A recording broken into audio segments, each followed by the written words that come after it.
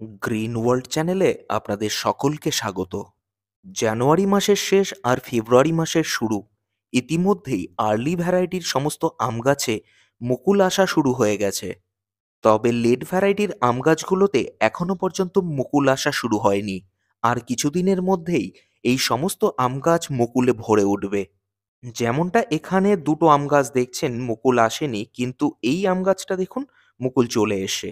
এগুলো আর্লি ভ্যারাইটির আম গাছ, যেগুলোতে মুকুল ইতিমধ্যেই পূর্ণ চলে এসে অথবা আসা প্রসেস শুরু হয়ে গেছে এই রকম ভাবে। আজকের ভিডিওতে এই দুটো বিষয় নিয়ে আপনাদের সাথে আলোচনা করব।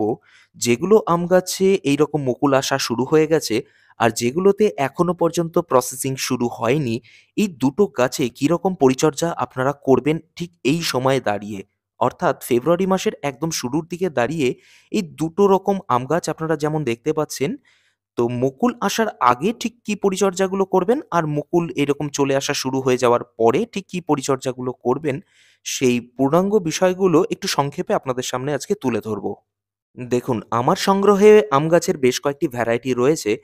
যেমন Mallika, Katimon, Thai Baromasi, red Palmer, banana mango, black stone, এই কয়েকটি ভ্যারাইটি আমার সংগ্রহে রয়েছে। তো এই সবগুলোর মুকুল কিন্তু একসাথে আসে না। এই যে আম গাছটা দেখতে পাচ্ছেন, এটা রেড পালমা।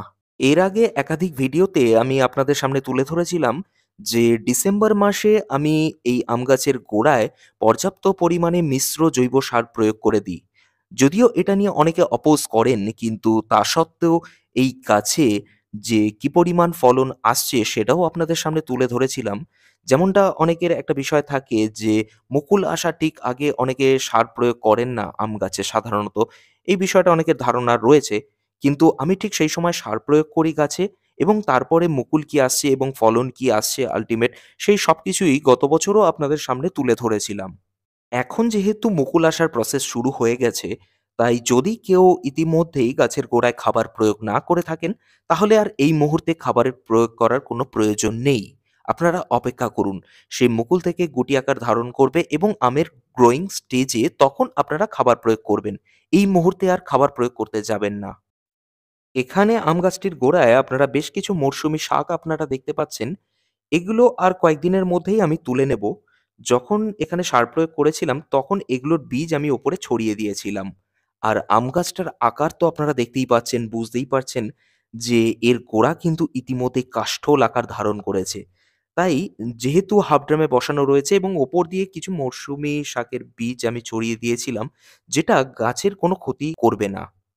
এবারে আপনারা একটু পাতার উপর ভালোভাবে লক্ষ্য করুন।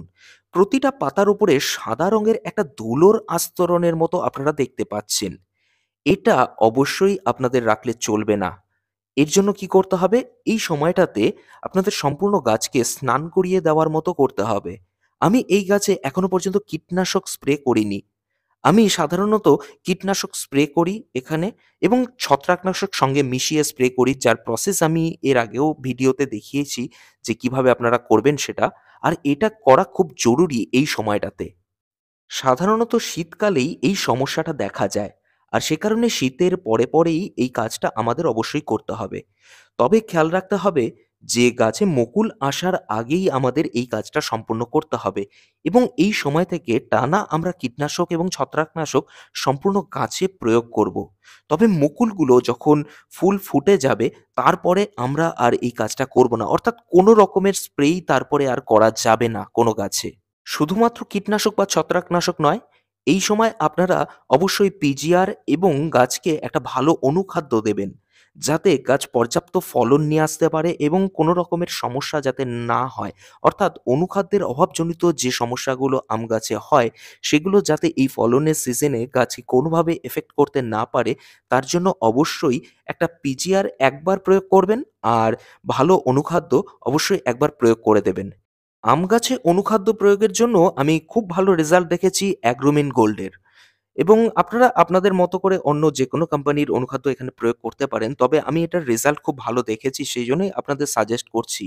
আর এরকম মুকুল আসার আগে দেখুন, এই গাছটা, এটা হাফ ড্রামে বসানো বিশাল আকৃতির একটি আম গাছ, যেটা আমি তৈরি করেছি বেশ সময় নিয়ে। এখানে প্রতিটা ডালের সামনে থেকে দেখুন ধীরে ধীরে মুকুল আসার প্রসেস শুরু হচ্ছে, যেটা আপনারা একটু ভালোভাবে খেয়াল করলেই বুঝতে পারবেন। এটাই সবথেকে ভালো সময় গাছে পিজিআর বা অনুখাদ্য প্রয়োগ করার জন্য। কিন্তু যদি মুকুল চলে এসে আপনাদের গাছে এরকম দেখেন, তারপরেও আপনারা অবশ্যই এটা প্রয়োগ করতে পারেন যেকোনো প্ল্যান্ট গ্রোথ রেগুলেটর একবার, এবং তাকে ২ দিন গ্যাপ দিয়ে তারপরে যেকোনো ভালো মাইক্রো নিউট্রিয়েন্ট আপনারা গাছে প্রয়োগ করতে পারেন। তবে ফুলগুলো ফোটা শুরু হলে আর কোনো রকমের স্প্রে গাছে করবেন না। তবে এই সময় সবথেকে বেশি যেটাকে খেয়াল রাখতে হবে, নিয়মিত ছত্রাকনাশক এবং কীটনাশক কিন্তু আপনাদের প্রয়োগ করতে হবে। যেটা আমার সময়ের অভাবে আমি গাছগুলোতে করতে পারিনি। তবে আজকে আমি সম্পূর্ণ গাছে এটা প্রয়োগ করে দেব। তবে একটু লেট হলে কোনো অসুবিধা হবে না। কারণ আম গাছ এমনিতেই খুবই হার্ডি গাছ। আর এর খুব একটা বেশি পরিচর্যার প্রয়োজন হয় না। খুব সাধারণ এবং সামান্য পরিচর্যাতেই আম গাছ কিন্তু দারুণ ফলন দিতে পারে। তবে গাছে মুকুল আসা শুরু হলে এই ধরনের গোড়ায় যেরকম আমি কিছু শাকের গাছ লাগিয়েছি, আপনারা অবশ্যই কমেন্ট বক্সে উল্লেখ করুন চিনতে পারলে যেটা কি শাকের গাছ। তো এইরকম গাছগুলো রাখা যাবে না। এগুলো ধীরে, ধীরে তুলে নিতে হবে। তুলে নিয়ে গাছের গোড়াটাকে সম্পূর্ণ পরিষ্কার করে দিতে হবে। আরেকটা বিষয় হলো যে এই সময় থেকে গাছের গোড়ায় টানা লিকুইড ফার্টিলাইজার আমরা প্রয়োগ করব। কারণ লিকুইড ফরমেশনে গাছ খুবই দ্রুত যেকোনো ফার্টিলাইজারকে গ্রহণ করতে পারে, এবং আমরা জানি যে গাছ তার শিকড়ের মাধ্যমে লিকুইড ভাবেই যেকোনো খাবারকে মাটি থেকে সংগ্রহ করে। তাই অবশ্যই লিকুইড ফার্টিলাইজার এই সময় গাছের জন্য খুবই প্রয়োজনীয়। এবারে আসি লিকুইড ফার্টিলাইজার হিসাবে আপনারা কি প্রয়োগ করবেন?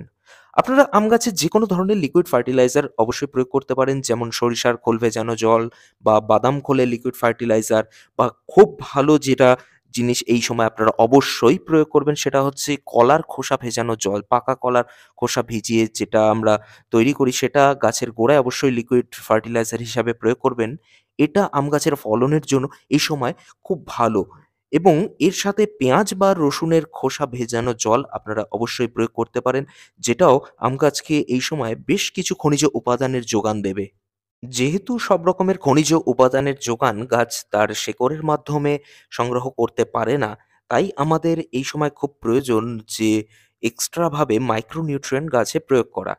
তবে এক্ষেত্রে আপনারা একটু খেয়াল রাখবেন যে পিজিআর বা প্ল্যান্ট গ্রোথ রেগুলেটর যেদিন আপনারা গাছে প্রয়োগ করবেন, তার থেকে অন্তত ২ দিন গ্যাপ রেখে তারপরে আপনারা যেকোনো ভালো মাইক্রোনিউট্রিয়েন্ট প্রয়োগ করতে পারেন। এছাড়া এই সময় লিকুইড ফার্টিলাইজার হিসাবে গাছের গোড়ায় সবজির খোসা পচা জল অথবা মাছ মাংস ধোয়া জল যদি আপনারা প্রয়োগ করতে পারেন, সেটাও কিন্তু দারুণ কার্যকরী। শেষে আরেকটা বিষয় বলে রাখি, লিড ভ্যারাইটির আম গাছ যেগুলোতে এখনো মুকুল আসেনি, অথচ আপনারা এখনো পর্যন্ত সার প্রয়োগও করেননি সেই গাছগুলোতে, সেই গাছগুলোর গোড়ায় আপনারা ১ মুঠ পরিমাণ কাঠের পোড়া ছাই ছড়িয়ে দিতে পারেন।